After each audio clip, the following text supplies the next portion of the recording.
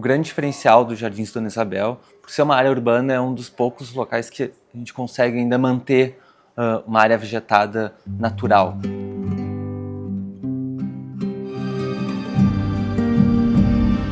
Na porção norte do terreno, então, foi deixada uma área verde natural, onde se desenvolveu um grande bosque. Basicamente, a gente tem um caminho sinuoso para as pessoas percorrerem essa área,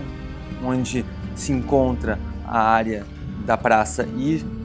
da quadra esportiva, e aí em volta desse caminho se abraça então uma vegetação bem densa, onde tem um nível